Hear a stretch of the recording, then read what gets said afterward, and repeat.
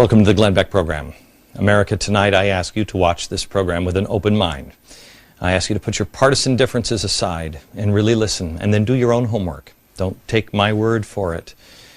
Research yourself. This is far too important. The topic tonight and tomorrow night, George Soros. There are things that are happening in this country that don't make sense. Van Jones said something that bothered me over the summer. I mean, he said a lot of things over the years that have bothered me, but one comment in particular over the summer stuck with me, and it was this. You handle the top down, but it's also bottom up and inside out. Top down, bottom up, and inside out. So now your challenge as you leave here, our challenge, is to take care of that bottom up part and that inside out part, the heart part. That's bothered me because I know who this guy is. He's a communist revolutionary, a guy who pined for the days of Stalin. The Iron Curtain went down. Something's wrong there. Well, it really bothered me until recently when I started looking into all the George Soros connections and the size and the scope of his reach. And let me tell you something. I said to you, read up on George Soros. There's plenty of ways to read about him. These are all books about George Soros, many of them written by him. So there's no shortage of information, and read them. Read them. The comment doesn't bother me anymore. I understand what it means. And that's why that comment now frightens me. And I will put it into perspective tonight and tomorrow. Pull back the curtain and reveal what that actually means. And it will terrify you. There's a couple of other things that you'll understand. First of all, in 2003, Soros and a partner funded the new $5 million liberal group, MoveOn.org. Well, MoveOn.org, what exactly is that? Well, you remember it. This is the group that originally called General Petraeus General Betrayus. It was despicable.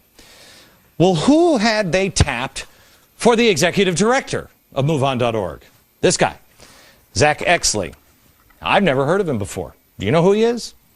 Well, he previously had trained activists for the anarchist group, the Ruckus Society. These are the riots in Seattle, helped orchestrated by this guy.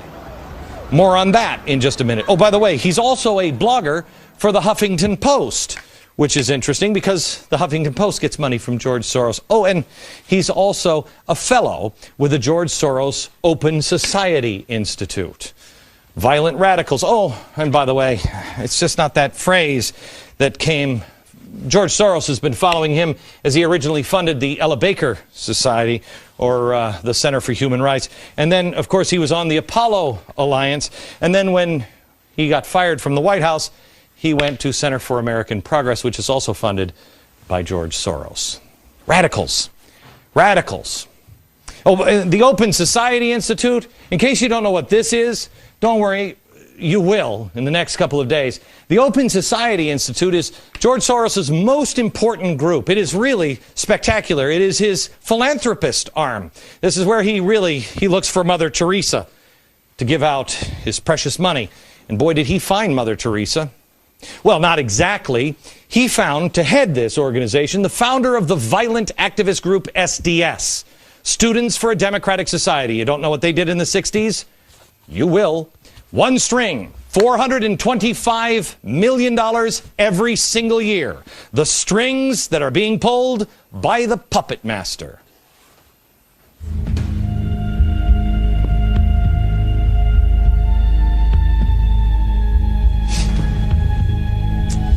Hello, America. There are a few working parts to a puppet show. There is the puppet master here. There's the stage. There's the audience. There are the strings to each puppet. And then there's the story. But there's also why. Why is the story? Why is the show happening? What is the puppet master? What is his motivation? Is it for the money? Is it for entertainment? Is it personal gain? What is it? Make no mistake, we are watching a show. The stage is the world. It's television, it's newspaper, it's speeches, it's the political elections, it's what's happening in Washington. You are the audience. And like any good show, they do have one goal in mind. They want you to feel something. But most shows don't have a hidden meaning behind it. They just want you to laugh. They want you to be entertained. This one, not so much. At the end of the show, you have a choice to make. They want you to get up from your seats. Of course, they have in mind what they are planning on you choosing, and they are just using this stage to try to make the case and convince you of it. It's really propaganda. Here's the propaganda book. Here it is. This is actually from one of Wilson's. Nasty, nasty guys. This is the book that I've told you before on propaganda that Hitler used. Goebbels. I just want to show you in propaganda, this is D. Now this is what's taught in schools. D. Democracy is administered by the intelligent minority who know how to regiment and guide the masses. That's great. This is Edward Bernays. Let me give you the whole quote here. He says, the conscious and intelligent manipulation of organized habits and opinions of the masses is an important element in a democratic society. Those who manipulate this unseen mechanism of society constitute an invisible government, maybe almost a shadow government, remember that, which is the true ruling power of our country. Do we have a shadow government? Answer it now, remember how you answer it, and then answer it again after today's show and tomorrow's show. The question is, do we have a shadow government? And if we do, who are those intelligent minority that is guiding us through? And where are they guiding us to? If you skip past all of the puppets and the strings, if you stop looking at the puppets themselves, you have to see who's behind the puppets. Who is choosing the puppets and the players? Who's the puppet master? George Soros.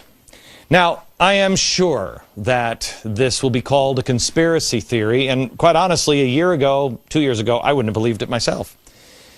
But it is right out in the open. I encourage you, do not take my word for this. Do your own research, and don't go to conspiracy websites or anything else. Go to his own books.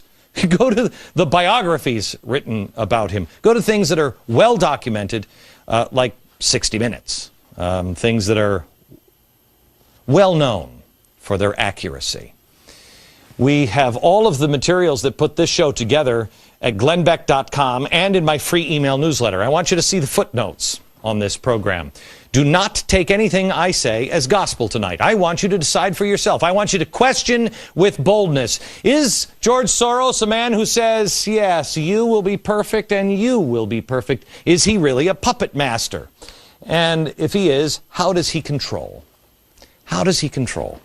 Well, let's start with this. Let's just take a couple of examples here on what George Soros has said and then see if there's any connection to anything. Soros spoke at Columbia University. He talked about an urgent need for campaign finance reform. I want you to remember, questioning our elections is important to George Soros. You'll understand in about 20 minutes. Well, he wanted to have campaign finance reform. He thought it was important. He spoke at Columbia University about it. Well, Open Society, his little group, Open Society, started by the guy with SDS, it was one of only a handful of groups who spent $123 million to push finance reform. Soros, quote, said, do something about the distortion of our electoral process by the excessive use of TV advertising. So he wanted to make sure that lies couldn't distort things. Well, it wasn't long after that speech at Columbia University that, lo and behold, Senator Russ Feingold, a progressive, and a few months later, with John McCain, a Republican progressive, came with a proposal in hand for what would eventually become the McCain-Feingold Act. The irony, if it is that McCain-Feingold ultimately led to the explosion of 501c3 groups, which can advertise at will. 501c3 groups. Oh, 501c3 groups? You mean like Sojourners, or Color for Change, or the Tides Foundation, or Media Matters, or People for the American Way, or MoveOn.org, Center for American Progress, the Apollo Alliance, Elder Saker for Human Rights. You mean those things? You see, we had the McCain-Feingold Act, and then mysteriously, almost unbeknownst to everyone, those groups became very powerful, much more powerful. And guess who controls most of the most powerful? George Soros. George Soros, in the aftermath of 9/11, talked about police action as an alternative to war. Now, did anybody pick up on that? This is what he said.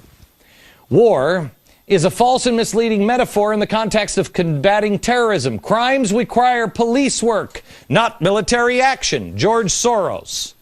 Here he is, the Democratic candidate for president, adopting crimes require police work, not military action positions. What we've learned is that the war on terror is much more of an intelligence operation and a law enforcement operation. The war on terror is far less of a military operation and far more of an intelligence-gathering law enforcement operation. And that's what we have now in our office. Starts with George Soros. Days after President Obama was elected, George Soros again set the agenda. He said, quote, "I think we need a large stimulus package which will provide funds for state and local government to maintain their budgets because they are not allowed by the Constitution to run a deficit. For such a program to be successful, the federal government would need to provide hundreds of billions of dollars. In addition, another infrastructure program is necessary. In total, the cost would be between $300 and $600 billion range." Well, what was on the first thing on his agenda? The $787 billion stimulus bill. Gee, I remember this, and I remember saying at the time, who wrote this? It was too complex. It was too early in his, oh yeah, that's right, the Apollo Alliance.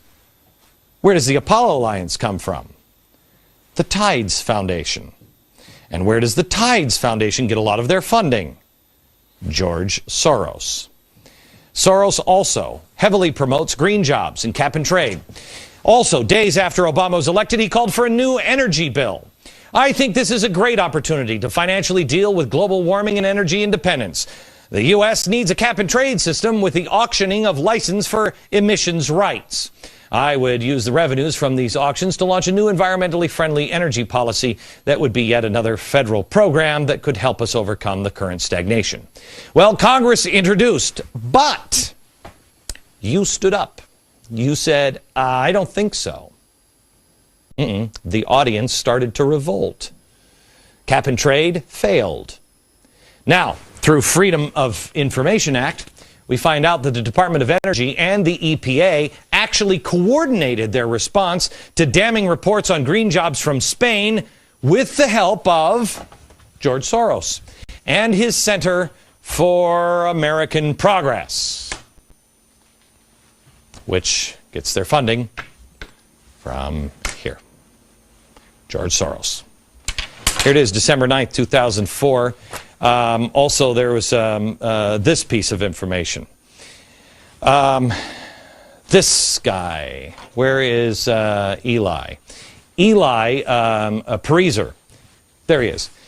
He headed the Soros group, the front group, MoveOn.pac. Now, he wasn't upset that Kerry lost. Why? He explained this in an email. This is important that you understand. Quote, "In the last year, grassroots contributors like us gave more than $300 million to the Kerry campaign and the DNC and proved that the party doesn't need corporate cash to be competitive. It's now our party. We bought it, we own it, and we're going to take it back." Do you understand what just happened? George Soros got rid of all of the corporate money through McCain-Feingold, which then allowed all the 501c3s to come in. This one might help, and this one might help, and this one might help.